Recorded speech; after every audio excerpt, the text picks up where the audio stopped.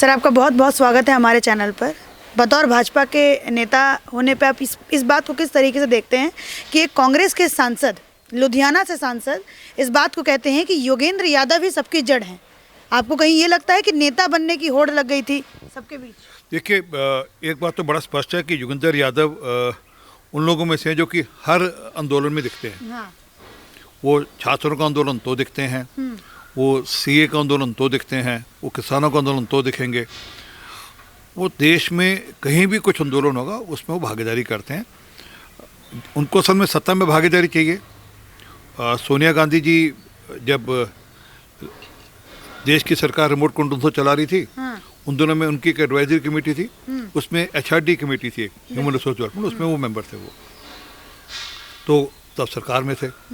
उसके बाद आम आदमी पार्टी की सरकार दिल्ली में बनती दिखी तो उनके साथ आ गए वो, पर कुछ ज़्यादा दिन नहीं चल पाए। मुझे शब्द नहीं कहना चाहिए, पर केजरीवाल ने बहुत एक अटपटा सा शब्द इस्तेमाल किया था, और कि मैं कहीं लात मारूंगा तो ठीक हो जाएंगे सबके सब। फिर छोड़कर अपनी पार्टी बना ली, स्वराज पार्टी। फिर सीए के आंदोलन में चले गए, ये कहकर कि मुसलमानों की नागरिकता चले जाएगी। सीए आज लागू हुए भी 2 साल हो गए, मुझे तो कहीं किसी मुसलमान में की नागरिकता जाती दिखी नहीं कहीं पे भी, पर झूठ बोलते हैं लगातार। फिर अब किसानों को कहने लगे कि आपकी ज़मीन चले जाएगी। एक भविष्य का डर दिखाकर, एक भ्रम बनाकर राजनीति करना और उसी के आधार पर सारा खेल करना, ये इनकी खासियत है। ठीक है। बिट्टू साहब के जो उन्होंने बयान दिया है कि योगेंद्र यादव, खासकर ये दीप सिंधु तो प्यादा था, अगर योगेंद्र यादव को हटा दो तो पूरा मामला सलट जाएगा। क्या कहिएगा सर इस बयान पे?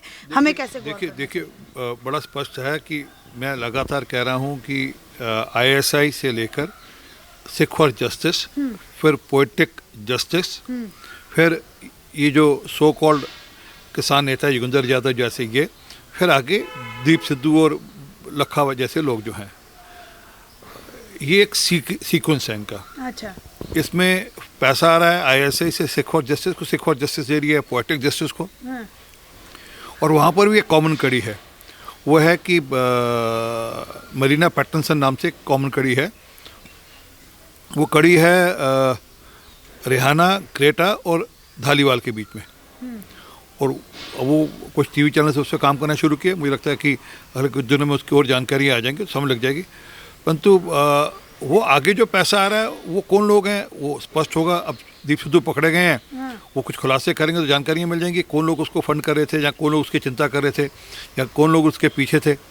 क्योंकि मीठी मीठी बात कर कर, बड़े सहजता से बात कर कर, ये कहकर कि हम 37 शर्तें मान रहे हैं, हम जाएंगे नहीं, और बाद में कुछ लोगों को कह दिया आप जा सकते हो अंदर, तो अब ये जैसे जैसे लोग पकड़े जाएंगे वैसे वैसे खुलासे होंगे कि कौन कौन किसान नेता इसमें इन्वॉल्व थे।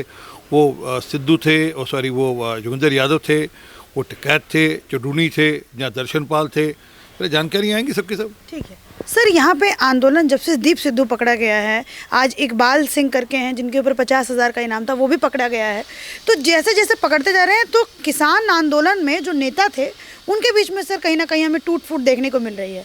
पिछले दिनों देखा दर्शन पॉल और राकेश टिकैत के बीच की झड़प हमने देखी, और आज हम ये देख रहे हैं कि कांग्रेस पार्टी जो पुरजोर समर्थन कर रही थी सर योगेंद्र यादव का, जब उनके ऊपर एनआईए ने जांच बिठाई तब कहा कि ऐसा नहीं करना चाहिए, संसद में जाके इस बात को कहा गया। लेकिन आज कांग्रेस के एक सांसद हैं जो कह रहे हैं कि नहीं जी, योगेंद्र यादव को बाहर निकालो।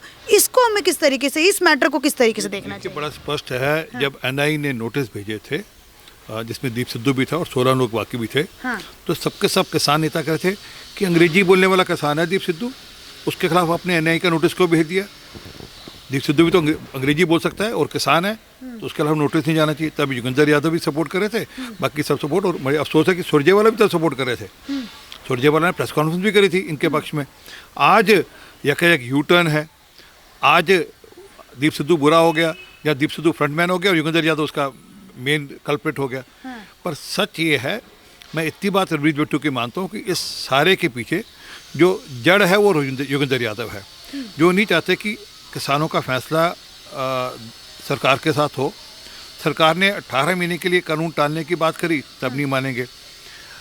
बार बार नए नए ढंग से आंदोलन को आगे बढ़ाने का रास्ता निकालना, और कोई ज़मीन अपनी ढूंढ रहे हैं, कोई हमें किस ढंग से कोई ज़मीन मिल जाए, हम पंजाब में कोई ज़मीन पाले, कोई राजनीतिक ज़मीन पालें, इसलिए सारी गेम हो रही है। आप बिट्टू साहब पे खुलकर नहीं बोल रहे हैं तो मैं दूसरा क्वेश्चन पूछ देती हूँ। प्रियंका वाड्रा पे सर पूछती हूँ। सहारनपुर में आज उन्होंने महापंचायत किया। महापंचायत में कहा यह भी गया कि किसानों का जो भी मामला होगा उसमें खुद राकेश टिकैत ने कहा कि हम किसी भी राजनीतिक पार्टी को आमंत्रित नहीं करेंगे, हाँ सपोर्ट देते हैं तो ठीक है लेकिन मंच शेयर नहीं करेंगे। महापंचायत में सहारनपुर में प्रियंका वाड्रा जाकर के भाषण देती हैं, किसान आंदोलन को पूरी तरीके से सपोर्ट करती हैं। क्या कहिएगा सर, उत्तर प्रदेश की राजनीति को कहीं ना कहीं तैयार करेंगे? नहीं, वो कहीं की भी राजनीति तैयार करें। जो बड़ा स्पष्ट है, एक बात समझिए, मैं आपने रवनीत बिट्टू की बात कहा, मैं नहीं बोल रहा था, मैं बड़ा स्पष्ट कह रहा हूँ कि वो मैं उस बात के पक्ष में कि इस सारे के पीछे जड़ जोगिंदर यादव, मैं उनकी बात की हामी कर रहा हूँ। हाँ। परंतु वो ये भी तो बताएं कि कांग्रेस पार्टी उन लोगों का सपोर्ट क्यों कर रही है। हाँ। कांग्रेस पार्टी उन लोगों के लिए वकील क्यों दे रही है। जी। जहाँ कांग्रेस की कैप्टन अमरिंदर सिंह की सरकार ने 70 वकील इन्हीं लोगों को छुड़वाने के लिए दिए हैं, जिनको वो खालिस्तानी कहते हैं। रवनीत बिट्टू, हम नहीं कह रहे, रवनीत बिट्टू कहता है खालिस्तानी है। उनको छोड़ाने के लिए उनकी सरकार फिर वकील क्यों दे रही है, और आप उनका समर्थन क्यों कर रहे हो जी। और जहाँ तक राजनीतिक बात है, अब तो बड़ा स्पष्ट है, इन्होंने सब लोगों को अलाउ कर दिया। मनीष सिसोदिया हुआ है, दीपेंद्र हुडा हुआ है, अब प्रियंका वाड्रा हो आई हैं। तो बड़ा स्पष्ट है, असल में सबके सब अपनी राजनीतिक ज़मीन खोज रहे हैं। और प्रियंका वाड्रा तो जवाब देना चाहिए रॉबर्ट वाड्रा के बारे में जी।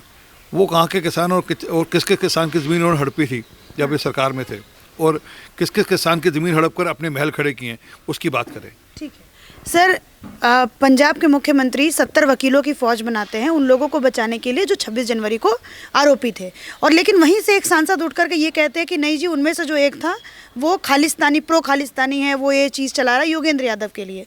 तो यहाँ पे सर क्या राजनीति आपको समझ में आती है कि एक तरफ तो ये कहना कि नहीं जी हम वकील देंगे किसान नेताओं को, दूसरी तरफ ये कहना कि नहीं किसान नेता नहीं है ये लोग खालिस्तानी हैं। क्या कहेंगे सर इस? उनकी इंटरनल राजनीति चल रही है, इसमें कोई शक नहीं। उनके अंदरूनी पंजाब की राजनीति चल रही है, और क्योंकि कैप्टन साहब की उम्र हो गई है अब, और लोग ये सोच रहे हैं कि अगली बार के मुख्यमंत्री के दावेदार हम बने, इसलिए उनकी इंटरनल राजनीति भी चल रही है। और रवनीत बिट्टू का, क्योंकि दादाजी बेअंत सिंह जी को बम से उड़ाया गया था और खालिस्तान ने उड़ाया था, तो वो थोड़ा उनका तीखापन रहता है, और ज़रूरी भी है। देश के विरोध में जो उनका उसके प्रति तीखापन रहना ही चाहिए। परंतु कहना है कि कैप्टन राजनीति ये करें कि जो मैंने आपके यहाँ पहले भी कहा था, कैप्टन साहब ने वादा किया था मैं 90,000 करोड़ रुपये का कर्जा माफ़ करूँगा, किया नहीं। मैं नशा हटाऊँगा, किया नहीं। हर बच्चे के हाथ में मोबाइल दूंगा, वो दिया नहीं। अब उनको राजनीति करनी है, इसलिए किसानों को भड़का कर यहाँ भेजे कि आपकी ज़मीन जा रही है, कहकर यहाँ भेज दिया। उनके अपने यहाँ पटियाला से चन्नो नाम की जगह है, वहाँ से एक किसान ही है, क्योंकि वहाँ पे पेप्सिको का कॉन्ट्रैक्ट ऑलरेडी था। वो जो उन्होंने कॉन्ट्रैक्ट फार्मिंग का बिल अपने यहाँ लागू किया, जिसका पेज नंबर 25 क्लॉज नंबर 6 में जो कि कहता है कि किसान की ज़मीन कॉन्ट्रैक्टर ले जाएगा, हमने तो उल्टा किया है। वो उसके बारे में कोई एक अक्षर नहीं बोलते। तो परंतु अब ये दहाना है सिखों को, या वहाँ दहाना है कि नहीं हम तो किसानों के हित में या सिखों के हित में हैं, इसलिए हमने 70 लोगों के 70 लोगों की टीम दे दी वकीलों की, जो कि जिन्होंने तिरंगा देश का नीचे फेंका, या लाल किले पर चढ़ाई की, उनके बचाव के लिए दे दी। तो ये तो कैप्टन साहब ने तय करना है। अब तक तो मैं ईमानदारी से मैं कैप्टन साहब की बहुत तारीफ करता था कि देश हित में कैप्टन साहब हमेशा खड़े पाए जाते हैं, और देश हित में कैप्टन साहब ठीक से ठीक पाए जाते हैं, और मैंने कई बार उनकी तारीफ भी करी इस बात को लेकर। परंतु ये जो अभी उन्होंने किया है, वो जितना उन्होंने 5 साल में कमाया था सब गवा दिया। ठीक है सर, आप सरकार में हैं, आपकी पार्टी जो है वो सरकार में है, तो आपसे मैं ये सवाल पूछना चाहूँगी, दीप सिद्धू की गिरफ्तारी जो लगातार दिल्ली पुलिस, सीबीआई और क्या कहते हैं स्पेशल फोर्सेज जो हैं लगातार इन्वेस्टिगेशन कर रही है, तो इससे क्या कांग्रेस पार्टी में कुछ तितर बितर आया? अंदर की खबर सर मैं आपसे जानना चाहूँगी। मुझे अंदर की खबर नहीं, पर एक बात बड़ा स्पष्ट है, दीप सिद्धू को प्रोटेक्शन मिल रहा था। और वो लिंक पूरे के पूरे खालिस्तानियों से लेकर, सिख और जस्टिस से लेकर, पोएटिक जस्टिस से लेकर, और यहाँ पर कांग्रेस पार्टी के माध्यम से, मैंने कहा ना, सुरजेवाला जी ने 17 जनवरी को प्रेस कॉन्फ्रेंस कर दीप सिद्धू को डिफेंड किया। जब हमने एनआईए का नोटिस उनको इशू किया था और उनके साथ 16 लोगों को और किया था, तो उनको डिफेंड कर रहे थे वो। तो बड़ा स्पष्ट है, इनके तो कहने के तार आपस में मिले ही हुए थे, क्योंकि ये तो आंदोलन करा रहे थे। अब इनके हाथ से कितना निकला किसान, और मैं ये भी नहीं मानता कि किसान कहें, जो किसान नेता ये कहें कि हमारी जानकारी में था, बिल्कुल नहीं मानता इस बात को, क्योंकि उनकी जानकारी के बिना ये सब हो नहीं सकता, इस लेवल पे कभी हो नहीं सकता। उनकी जानकारी में था, वो एक कहते हैं ना फेस बन गए, कवर बन गए बचाव का, और पीछे से शर्त के लिए उन्होंने हाँ कर दी, भी आप जाकर शर्त करो। नहीं तो ये लोग जितने लोग आए हैं यहाँ पर, या तो सिंगू बॉर्डर से आए थे, या टिकैत साहब के यहाँ से आए थे, उनके बॉर्डर से आए थे, तो ये आपस में मिली जुली बात है। और ये कहना कि फिर उस दिन इनमें से कोई भी नेता आईटीओ क्यों नहीं आया? कोई आईटीओ आने में दिक्कत थी क्या?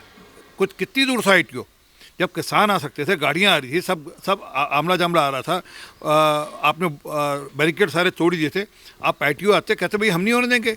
आप में से कितने लोग हैं जो ला करे, शाम को 7 बजे तक तो उनको साफ सूंघ गया था। शाम को 7 बजे तक इनमें से एक आदमी खड़ा नहीं हुआ, बात नहीं करना, ना टिकैत बोले, ना सिद्धू ना ये योगेंद्र यादव बोले, ना चौधरी नहीं बोला, ना दर्शनपाल बोले, कोई भी इनमें से नहीं बोला, ना राजेवाल बोले।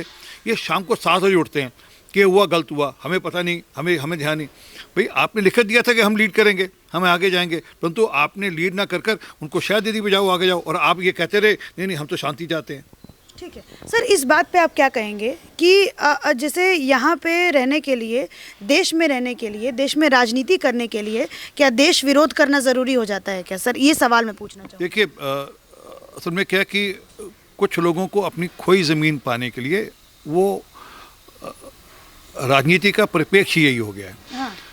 मैं बड़ा स्पष्ट कहता हूँ, राहुल गांधी बताएं कि उन्होंने चाइना के साथ क्या अनुबंध किया था जो अभी तक करारनामा उन्होंने बताया नहीं कभी लोगों को। मेरा मानना है कि वो करारनामा आप पॉलिटिकल पार्टी का दूसरी देश की पॉलिटिकल पार्टी के साथ, सत्तारूढ़ पॉलिटिकल पार्टी के साथ आप कर रहे हैं, तो उसको देश के सामने लाना चाहिए। आज तक नहीं लाए। फिर चाइना के लोगों से अलग अलग समय मिलते हैं, मिलते रहे हैं। फिर इनके लोग जाकर नवाज शरीफ से मिलते हैं और कहते हैं कि आप हमारी मदद करो, हमको मोदी को उठाना है। हाँ। इनके लोग जाकर कहते हैं, मणिशंकर अय्यर कहते हैं वहाँ पर जाकर, अय्यर साहब कहते हैं। फिर इसी प्रकार इनके नेता वहाँ जाकर घुटने टेक कर कहते हैं नवाज शरीफ को कि आप हमारी मदद करो, बोलते हैं। जो इनके नेता यहाँ बोलते हैं एग्जैक्टली वो बात वहाँ पर पाकिस्तान की पार्लियामेंट में बोली जाती है। तो कहीं ना कहीं किसी हद तक जाना, क्योंकि उनको देश हित उनका काम नहीं है। निशाना प्रधानमंत्री मोदी हैं या निशाना सरकार है, इसलिए किसी हद तक भी जाएंगे। तभी तो वो आर्मी के जनरल को कहते हैं सड़क छाप गुंडा है, तो कि उनको सूट करता है। और मुझे तो कई बार लगता है कि कहीं इस बात को ये भी कभी निकलेगा, कहीं इस बात के इनको पैसे तो नहीं मिलते कि एक बयान दे दो हम आपको कुछ रुपए पैसे दे देंगे। यहाँ हेडलाइन ढूंढने की बात करते हैं दूसरे देशों में। ठीक है सर, आखिरी सवाल पूछूं क्योंकि आपके पास समय कम है। क्या बिट्टू, जैसा बिट्टू साहब ने कहा कि योगेंद्र यादव का पूरा हाथ था, तो अगर वो योगेंद्र यादव के खिलाफ कोई सबूत मीडिया में पेश करते या फिर पुलिस वालों को कुछ सबूत देते, वो ज़्यादा बेटर होता, या फिर मीडिया में आके ये कहना कि भाई सारा योगेंद्र यादव का खेल है, ये सही होता? सरकार तो उनकी वहाँ पर है पंजाब में। हाँ। वो अपने यहाँ दिल्ली में मत दें, अपनी सरकार को दे दें, बिल्कुल अपने वहाँ पुलिस में दे दें, हाँ। कंप्लेन दर्ज कर दें और वहाँ की सरकार को बोले एक्शन ले। रोक थोड़ा है, उनकी सरकार वहाँ एक्शन ले सकती है, रविंदर यादव को पेश कर सकती है, उनकी जानकारी ले सकती है, उनकी इंक्वायरी कर सकती है। और अगर इनके पास सबूत हैं, जो कि मुझे लगता है जितने ठोकर वो कह रहे हैं, हाँ। कुछ ना कुछ तो उनके पास है, पर हाँ कुछ ना कुछ तो है उनके पास ऐसा, वो जानकारियाँ दें और जानकारियाँ पेश करें वो। और जो रियल कल्प्रिट है और जो किसानों का समझौता नहीं होने देना चाह रहे, हाँ। और जो देश हित में नहीं है, वो बढ़कर आए। और मैं रमनीत बिट्टू को मानता हूँ कि वो देश हित की बात करते हैं। उनके दादा ने भी देश खालिस्तानियों के चलते हुए कुर्बानी देनी पड़ी उनको, और शहादत दी उन्होंने। तो इसलिए देश हित के पक्ष में खड़े हों और योगेंद्र यादव के खिलाफ पंजाब में मुकदमा दर्ज करें। पंजाब सरकार की पुलिस को बोलें कि यहाँ पर आकर उनको पूछताछ करें, या उनको पंजाब में बुलाकर पूछताछ करें। चलिए, बहुत बहुत शुक्रिया सर, सारे सवालों का जवाब देने के लिए। धन्यवाद।